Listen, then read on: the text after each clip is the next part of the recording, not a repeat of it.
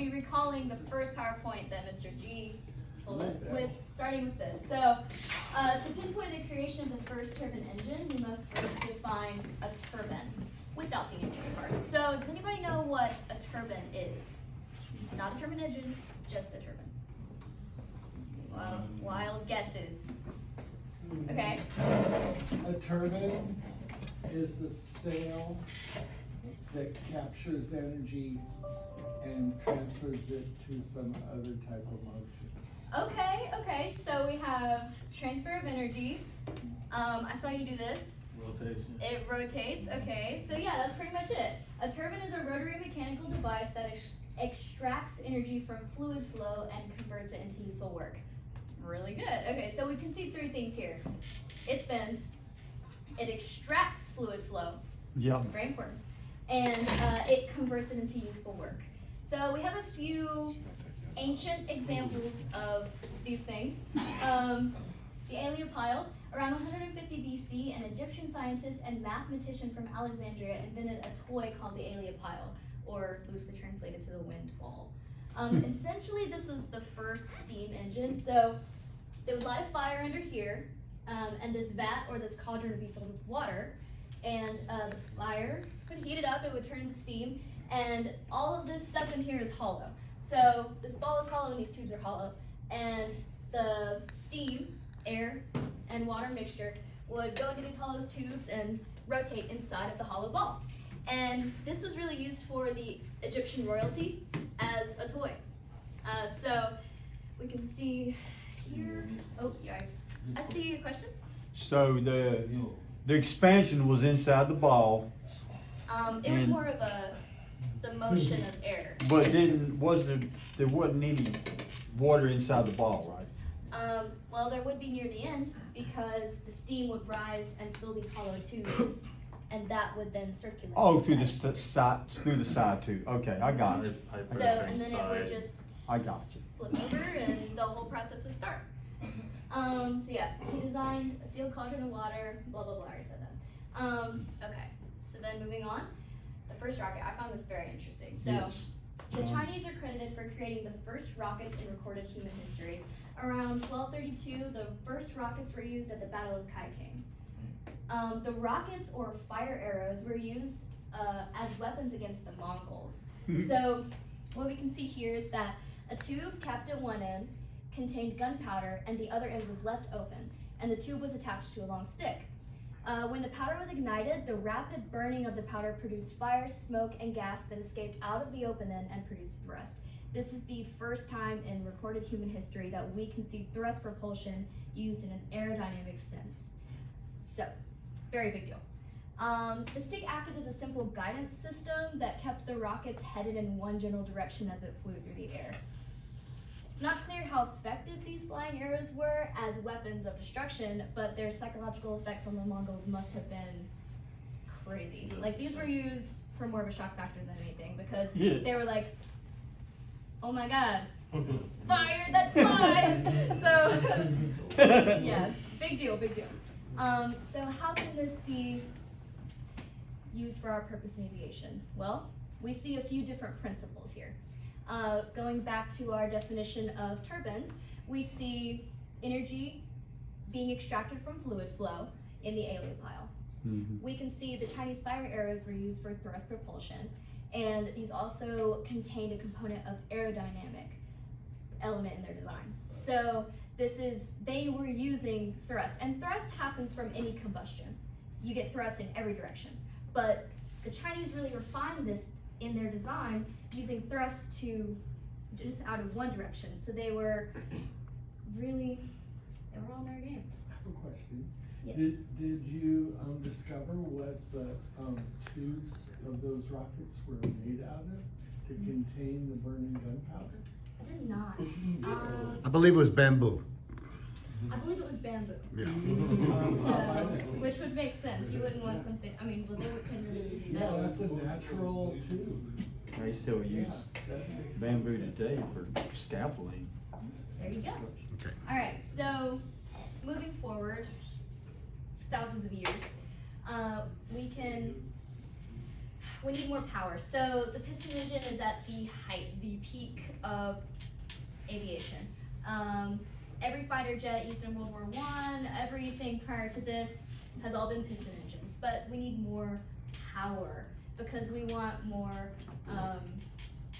say it again? Thrust. We want more thrust. So, and we want to be able to lift more weight, go higher in the air, all these things that can only be done with the jet engine. But prior to this, they were really trying to refine their design still of the piston engine, and they started with the turbocharger. So with only the piston engine to power the planes of the world, there was an increased need to extract the most power out of the engine as possible. The invention of the turbocharger contributed largely to the design and general concept of a turbine engine. So it really was the predecessor of the turbine engine because they have very similar functions. Not functions, very similar designs. This would be more for forced ignition, turbines would be just producing the thrust. So,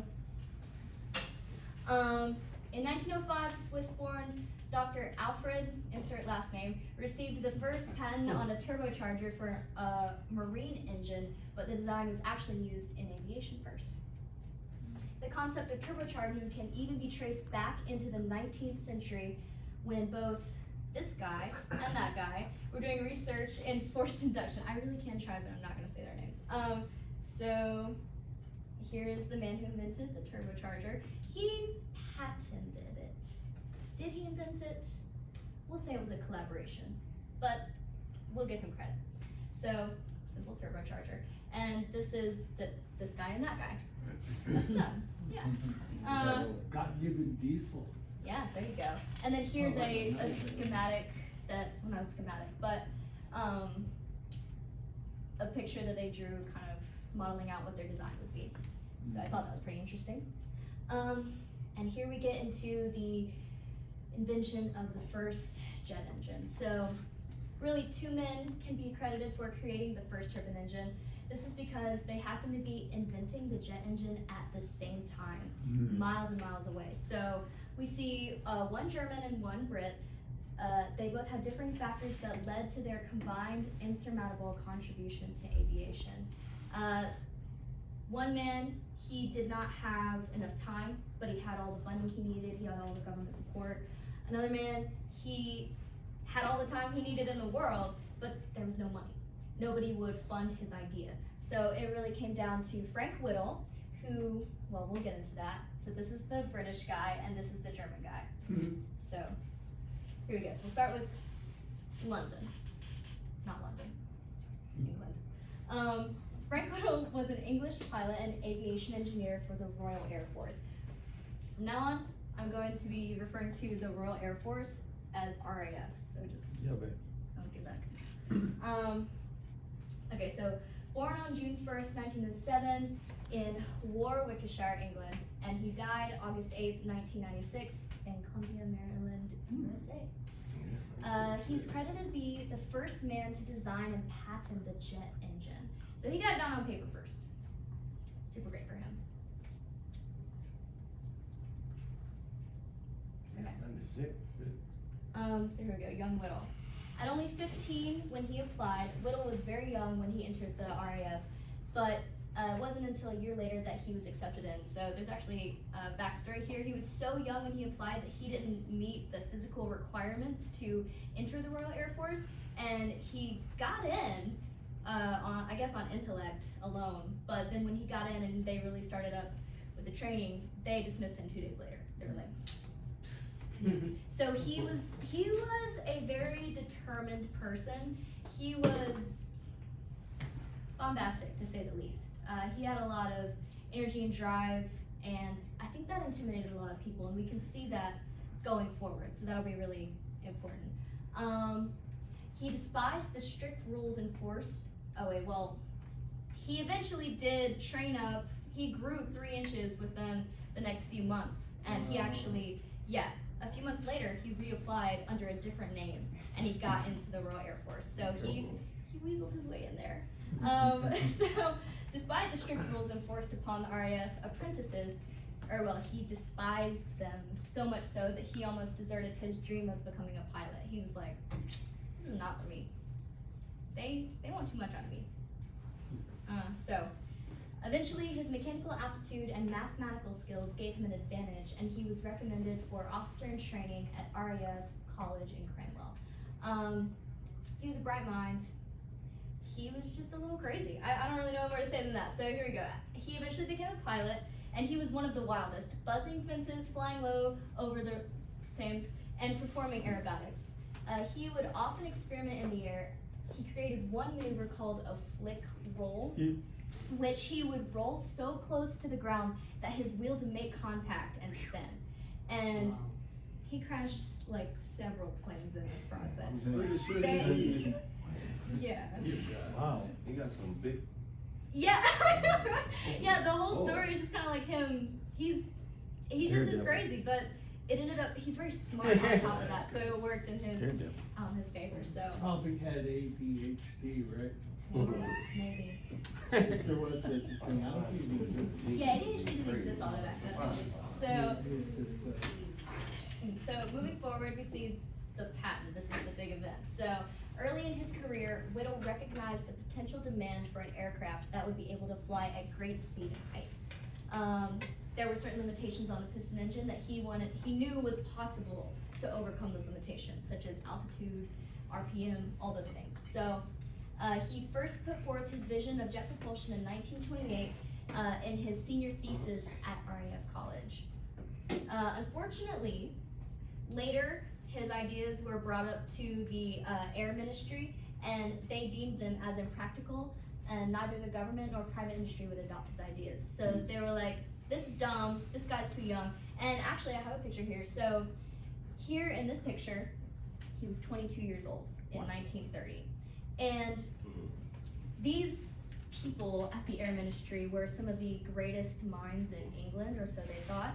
They had multitudes of degrees, all these wonderful things, and Whittle didn't even have an engineering degree. He was on his way, but he didn't have any of the accreditation he needed to give him credibility. Yeah, thank you. Sorry, I could not think of that word. To give him credibility. So they took his idea and they were like, "This is dumb. You're dumb. Goodbye." And nobody wanted to adopt his idea, which is the silliest thing in hindsight, because we have Block 13 today. Like, this has been one of the best inventions for aviation Yes. ever, except for the Wright brothers. So yeah, they denied him.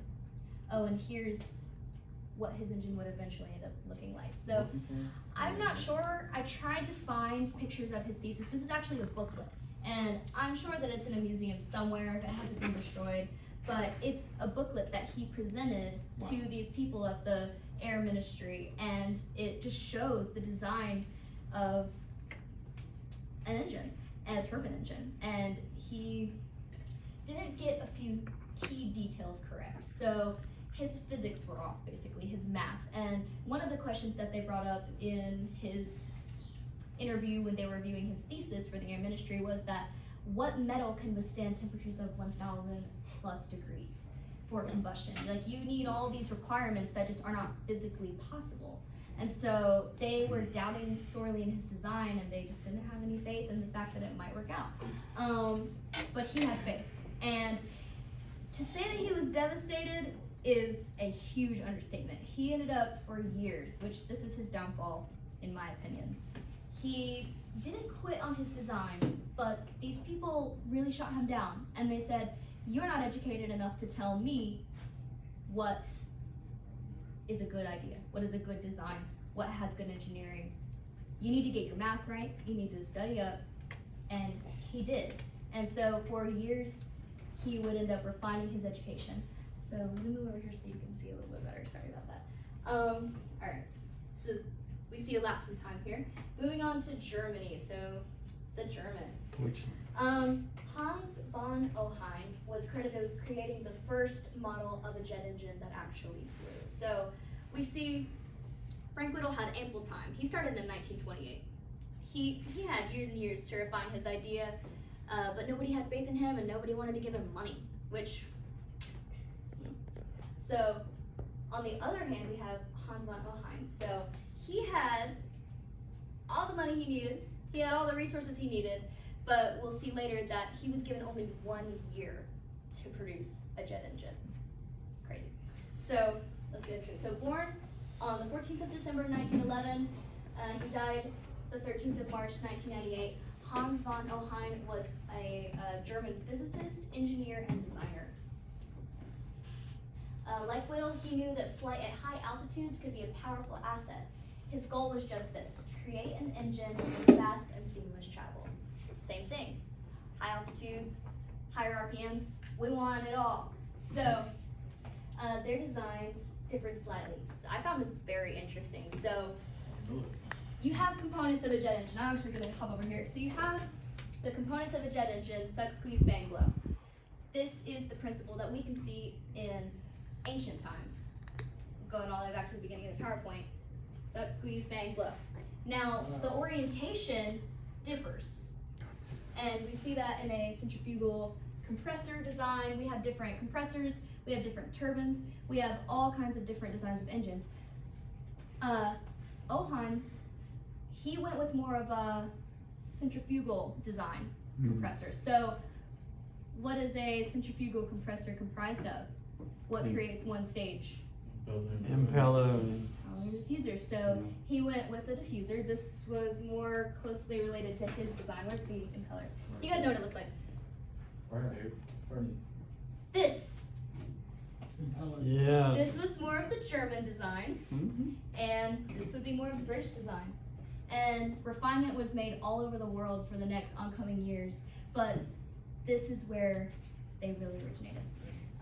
So their designs differed slightly, with Whittle contributing greatly to the axial flow compressor and Ohain to the centrifugal compressor. Where does the, how's it, okay. This guy. So, the game with Heinkel. In 1936, a meeting was set up between Ohain and a man named Ernst Haeckel, who was a German aircraft designer and manufacturer, and a member of the Nazi Party. We see him basically holding hands with Hitler. Yay. Boo, I mean. Yeah. And he looks the same in every picture. So I just got all these pictures because he looks exactly the same in every picture. So, whatever. Anyways, okay, so Heinkel was impressed by Ohain's design and gave Ohain just 1 year to produce an operational jet engine. And this is actually his, he was notorious for this. He was pushing the limits all the time. No matter what his financial investments were, even with himself, he wanted fast results. He wanted, like, impossible things to happen. Did he really expect it to happen? Probably not. I have a question. Was it Hinkle that had the drive, or was it their Führer that had the 1 year thing?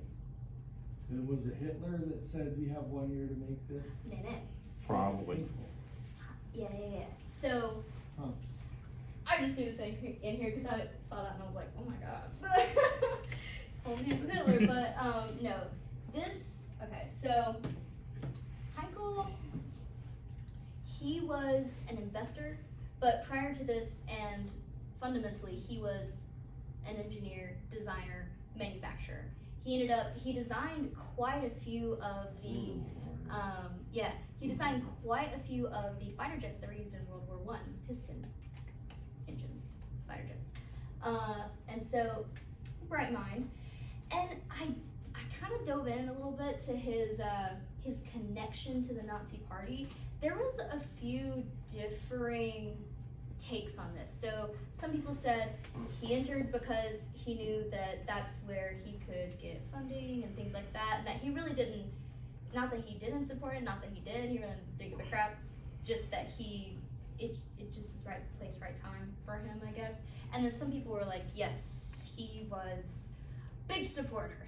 Love the genocide. So, and again, hindsight bias, we know all this now. But at the time, he probably had no idea that those things were going on, just like the rest of the world did.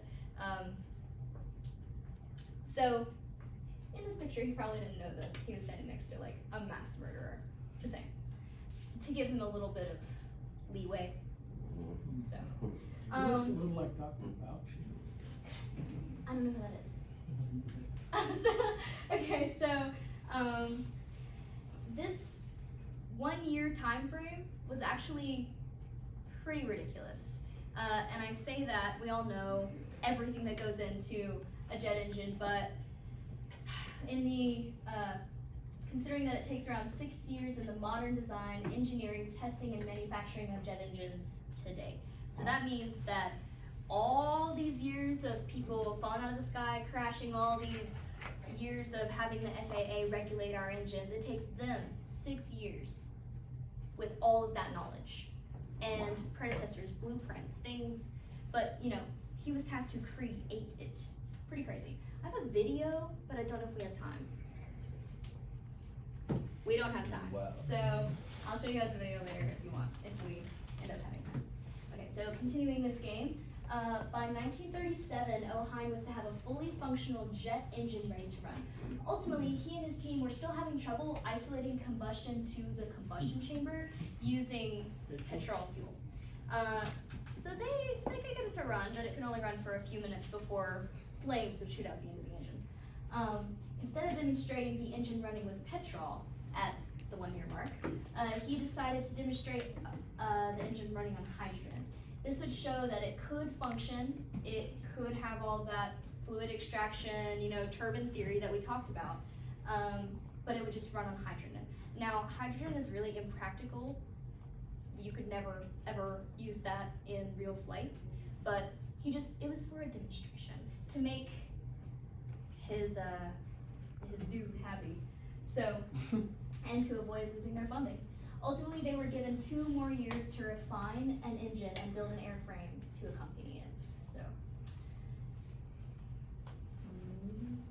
yep, by HE 178 on the 27th of August 1939, Enric Warshitz flew the first ever jet-powered aircraft.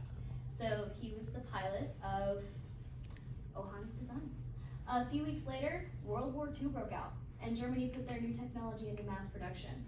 There's a video of him doing the test flight, but I did not put it in here. And then it all happened very quickly after this. So the jet engine was created, and really there was no time for testing, and there was really no safety precautions put in place until, I would say, after the war. Now they did have some ideas, but they were being pushed. They had a very small time frame to work with, and Germany was really, really interested in getting their technological and scientific shit together, basically. So the Messerschmitt BF-109 and the ME-262. So this is the Messerschmitts, and this is that's what the picture said. They look the same to me, and this is the ME-262, were some of the best designed fighter jets in Germany used in World War II. And this is actually his first engine. Wow. His first, the Flight HE 178, that's what this is, so.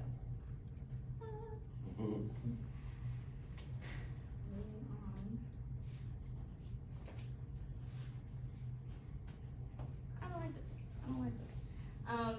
Alright, so Frank Whittle, devastated to hear that Germany had already mass produced his engine. So, up until this point, they had no idea that, you know, he thought he had this revolutionary design, and he did. But on the opposing side, they also had someone equally as equipped to end with the same design. So, pretty I have a cool. question. Was there any evidence that something like the Kingsman from Germany came over and got the plans from Little when he was drunk? I did not get into conspiracy theories, but I am so sure that I'm feeling this a little Yeah. strong. All the signs are there. So, anyways, alright, a few years earlier, so in 1935, the patent was up on Whittle's design. So, he patented it for 5 years, got a 5-year patent, and the Royal Air Force was supposed to further financing that patent, but they didn't. Due to continued lack of support, the RAF let the patent lapse by refusing to pay it. Shortly after this, a friend of Whittle's reached out to him in order to help continue the development of his design. This friend he met at his first and second school, so as an apprentice and when they entered college. With a few experts who were dedicated to help, Whittle leading the operation and public funding, the race continued. So they scrounged up. They were like, we ain't got money. We need to get some money. So they asked everybody they knew. They tried to gather as many supporters as they could. People who were willing to invest in their idea, which was a very scarce resource at the time. Nobody seemed to care about their design. So Power Jets, they formed a company. Frank Whittle entered a business agreement with a few trusted colleagues and formed the company Power Jets. Things seemed to be taking a turn for the worst financially until the 17th of June, 1939. Finally, their test engines were reaching speeds of 16,000 RPM, much higher than they had seen before. So they were really refining their design. Like I said, Frank Whittle had all the time he needed. O'Hine had all the money he needed. So we're really seeing that race here. A few weeks later, on the 30th of June, 1939, Dr. Pye, the director of scientific research, visited Power Jets and witnessed a test run of their engine. He was formerly a skeptic, but he was so impressed that it was soon agreed that the Air Ministry would buy the engine and loan it back to Power Jets for further testing and development. So finally a break. Amazing. Oh, Dr. Pye, and that's it. Yeah. Oh, side note, if you guys were interested in doing further research on your own, Frank Whittle, he videotaped, recorded their entire process of refining this engine. Yeah, it was really crazy. So from 1933, really when Power Jets started, I think I got the timeline wrong there, but they recorded their whole process. And it's pretty crazy, you can watch the whole thing. Wow. Frank Whittle's design. So, by 1940, Whittle and his team at Power Jets had designed a fully functional and self-sustaining engine, but they needed an aircraft. So, I would just like to take a pause here. Can we notice when they got the funding they needed? 1 year later. Yeah. Not even. They got what they needed. They got the money they needed. Pretty crazy how that works. But they needed an aircraft for their engine. Partnering with Gloucester, Whittle was able to get his design on an airframe. The first successful test flight was on the 15th of May, 1941. With the combined efforts of Gloucester and Frank Whittle's Power Jets, the research and experience of the E-2839 helped to create the design of the Allies' first fighter jet, the Gloucester Meteor. So things again were happening at a pretty quick pace. Once they got the bill, pretty big deal. So now we're World War II. We're equals. Germany has jet engine fighter jets, and so the Allies. So this is all the planes that have the E-2839 that I could find. I did want to say, the name intrigued me. Why is it named that? So, can anybody guess? No. The E-2839. Can anybody That's the guess? time. Because the date was the 39th when they made the engine, 1939. Sorta, yeah. The 39 is definitely from the year. Yes. And, 28's when he started it? that would be another good guess. And that actually, there might be some truth to that, but I think this was the 28th test flight. Oh, okay. That's what I read. 28th test flight, that doesn't sound good. It doesn't. Sound like Actually, that. they were more concerned with safety. Like I said, they had more time. So when they were testing the engine and the airframe together, they actually didn't really get it off the ground until I guess the 28th time. They would do skids along the way, get it up to just enough to where it would get enough lift and then run the power back down. I think they were Explode. No, I don't think so. They had a fully functioning engine before they put it on the airframe. What they were doing, I think, was experimenting with powering up and down the engine, because that was another design factor that they had to keep in mind. Was we don't just want it to be max RPM and then no RPM. We want a full range of RPM from idle all the way up to max power. So they were refining their designs still. Again, they had more time, they didn't have enough money. So that's what we see. That's really the underlying factor through all this. So the first supersonic flight. So yeah, that was the race to make the first jet engine. And the first supersonic flight was this. Sorry about that. The first supersonic flight on record was made by the U.S. Air Force Captain Charles Chuck Yeager on October 14th, 1947. The rocket-powered Bell X-1 did not take off from the ground, but it was actually launched from the belly of a Boeing B-29 at an altitude of 23,000 feet, and then it accelerated to 43,000 feet and broke the sound barrier at top speeds of Mach. Now, there's again some controversy, but like there's always with recorded history as we see it, there's always some controversy of like who did it first. So I saw some No, he didn't. The $6 million man, he also did it. yeah, exactly, controversy. So there was apparently some German dude and some other dude. All these dudes said they did it first, but this was the actual recorded first supersonic flight. And I would like to note that this was only 7 years after Whittle and the Allied powers got the E-2839. I found that very interesting because the development, it seemed to me like the jet engine was the tip of the iceberg, and what that just needed to be developed and refined, and then after that people could take that concept and run with it. Right. There are so many Right. scientific developments that happened due to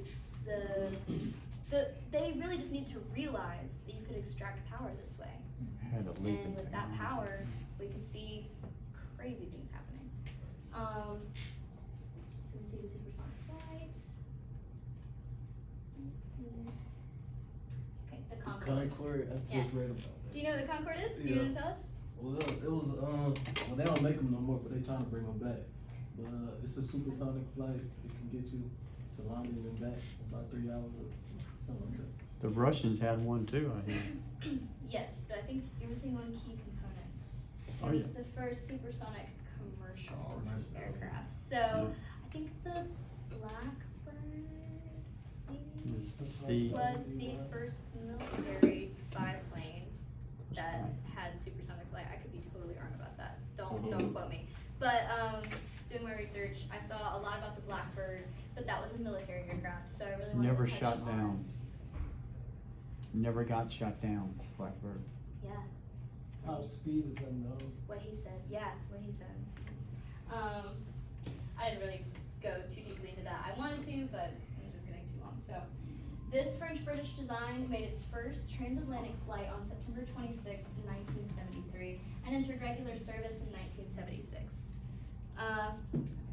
So eventually the Concorde was removed from service in 2003 because of the high cost of fuel consumption. They were simply not economical to fly. For instance, on a normal flight, the Concorde would consume 25,000 so odd liters of fuel, while a Boeing 747 would use a measly 14,000 liters. This is nearly 4 times the amount of fuel consumption, and it's ridiculous. And so, also, you have to consider the capacity of a Boeing 747 compared to the Concorde. I mean, it's just, they're just not economical.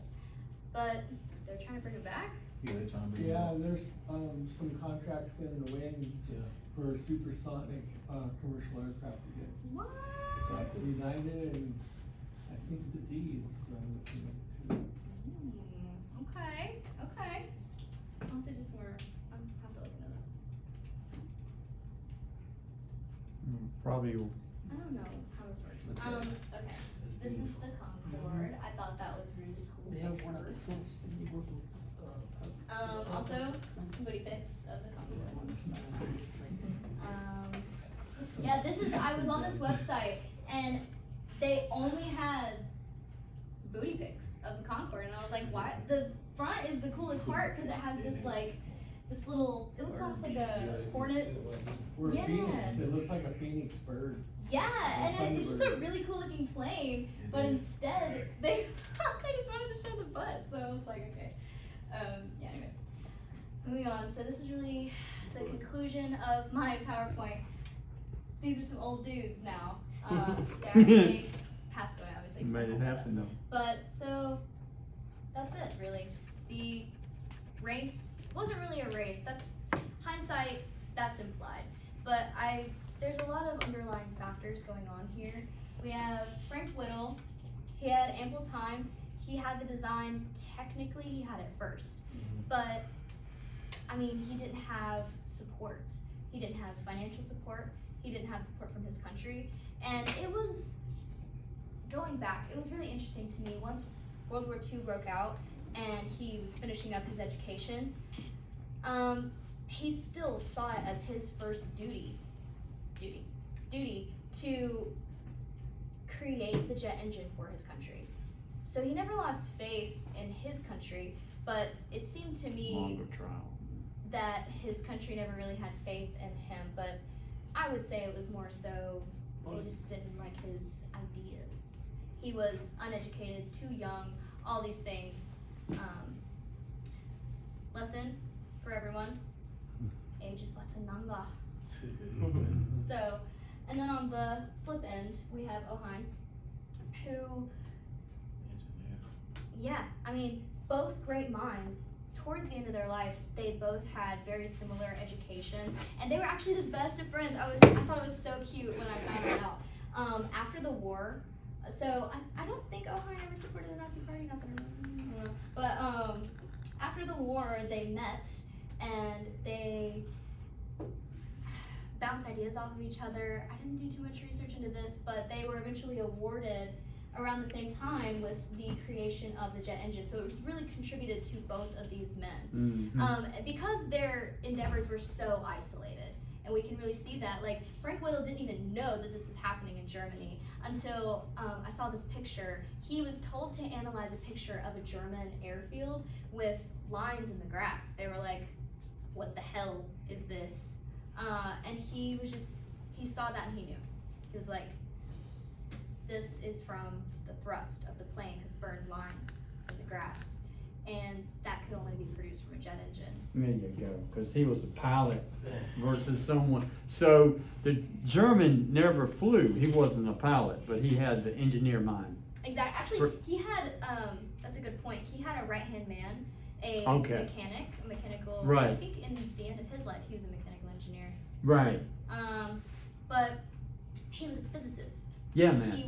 He had the great mind, yeah. He had a great mind. He just didn't really know the ins and outs of planes, even piston engines. Where Whittle would know more the aerodynamics of what He knew where every rivet went yeah, on some planes. exactly. So he knew the plane, but Exactly. Yeah. So you had to fly it, yeah.